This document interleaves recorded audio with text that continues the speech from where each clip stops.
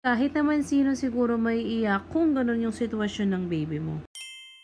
Today, samahan nyo kami sa aming second day dito sa hospital. Gaya nga ng sabi ko dun sa last vlog, baby Lily is positive for jaundice. Mababa yung kanyang red blood cells kaya medyo ma-yellow-yellow yung kanyang skin color. Instead of going home, we need to stay 24 more hours para ma-light therapy si baby, and then at the very end, iba-blood test siya, titignan kung positive pa rin siya sa jaundice. The whole 24 hours dapat naka-attach lang si baby Lily dyan sa light table na yan. Medyo nahirapan kami mag-alaga kay baby Lily kasi nga naka-attach siya dyan sa machine, dyan sa tabla, pero hindi na rin kami nagre-reklamo kasi alam naming mas mahirap at mas uncomfortable yung nararamdaman niya. Kahit medyo mahirap, tinatry ko pa rin siyang kalungin mayat maya para naman ma-feel niya yung warmth ni mommy. Kumakalma kasi siya kapag kalong-kalong namin siya. Noong pagkagabihan, nung pinatay na namin yung ilaw, ganito na yung itsura namin. Meron lang dim light from the hospital, and then ako naman mayat mayan tumatayo. Ako lang ba sa first time mom or lahat ng mommy ata, chine-check ko lagi kung humihinga ba siya kasi baka makalimutan niya kasi nga baby pa siya.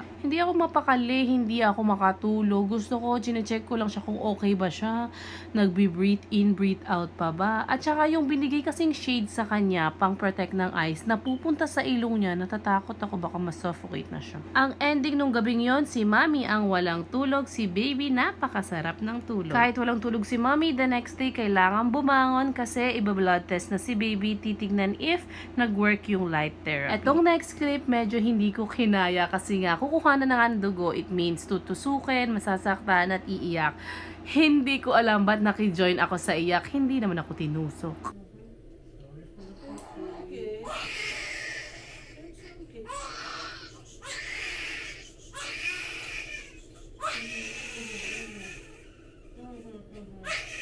Wala akong explanation dyan ba't ako umiyak. Alam ko naman para sa ikabubuti ni baby yon, pero hindi ko mapigilan talaga ang aking luha. Kagabi pa kasi talaga kinukuhanan ng dugo si baby, so medyo madami na yung tusok dun sa paanan niya, medyo nagbo-bruise na din. Kapag nag-positive tong blood work na to for jaundice, again, kailangan na naman namin magstay for 24 hours para sa light therapy, and then tutusukin na naman, iba-blood test na naman si baby the next day. Hindi pa sana ako titigil sa pag-iyak kasi meron pa akong ipupush na luha. Medyo may pumasok bigla para sa aming breakfast. So, sininghot ko lahat ng aking sipon at luha at kailangan natin i-compose ang ating self. Kung hindi ko pa pala nababanggit, provided lahat dito sa hospital sa aming meals from lunch, breakfast, and dinner, but it's just for mommy, wala ang daddy. So, nagdala rin kami ng konting snacks from home. Dinala ko rin pala dito yung aking breast pump at saka yung aking mga syringe just in case kailanganin ko rin naman. Papakita ko sa inyo yung mga ibang baon namin. May provided sila na mini fridge dito, so nilagyan namin yan ng laman. Sabi ko din sa inyo, medyo 5 minutes away lang naman yung hospital sa aming bahay. So, kumukuha si Dandan ng mga snacks and groceries and dinadala niya dito para naman may makain kami dito sa hospital.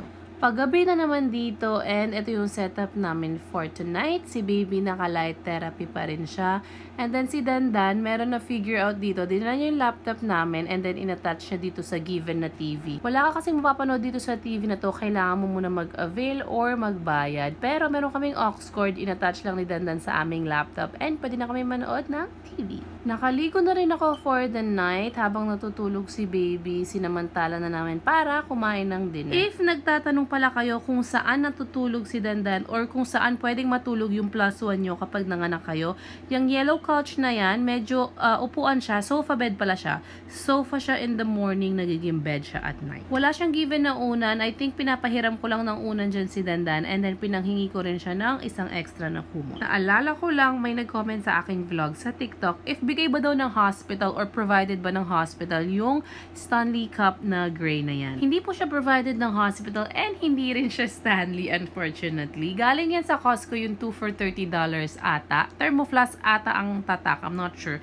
Pero Stanley, baka naman. So yan, we're just eating dinner and then nanonood kami. Nagkukwentuhan kami dyan, nagkakamustahan na parang, uy, may anak ka na pala, kamusta ka naman dyan? Minsan, napapatitig na lang kami kay baby na, anak natin to? Sa atin ba to? Oo nga, sa atin to. Hindi mo pa rin maaalis yung mga ganong moment pag first time parents ka talaga. Para sa mga first time parents na tulad namin, alam ko naman si baby ang ating priority, but don't forget na kamustahin nyo rin naman ang iyong partner.